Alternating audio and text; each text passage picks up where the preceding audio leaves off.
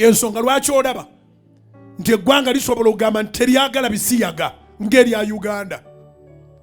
Kubanga tewali kalungi k'osobola kujjayo ng'oggyeko okuba nti okyokola kya bujeemu ojeemedde Katonda. Weekumidde wekka geyeenayo naye n'emukunnyonnyola okwa bulijjo ayita mu kabina talina bujulizi.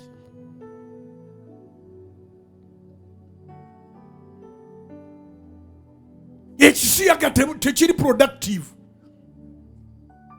Tekina kalungi naka okujjako okuyuza ekyenda kyemabega n'otandika okubanga otambula oyambadde pampa.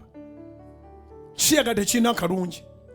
Naye olw'abagagga abo abalina ssente za setaani n'obuyinza n'ebitiibwa, gwe bw'ogamba nti toyagala bisiyaga nga Uganda bwe yakyogera already, bo nga basinziira eri nga bagamba tebajja kukuwa ssente. Imagine okole ekikyamu kubanga oyagala ssente, nga baga nti olwa statement egyayogedde etalekera bantu ddembe lyabwe, n'olwekyo tugenda kukwatamu wano, tukwatemu wano, tukwatemu wano, tukwate ne wano. Batwala ssente, tebatwala mwoyo, tebatwala bulamu. Never compromise your faith. Faith is what will stay. Faith is what will remain. Faith is what we go with. It is only faith that will make room for us in heaven, not money. Do you understand?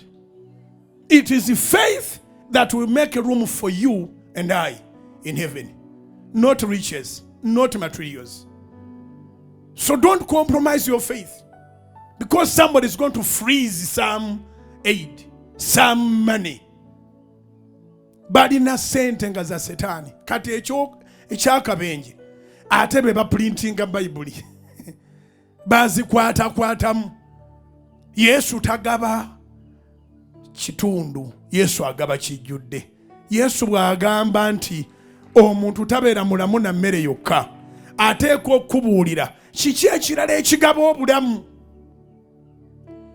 Mmwe mwenna abakuŋŋaanye temulina ssente naye mukuŋŋaana kubanga mutoola obulamu mu kigambo kya Katonda.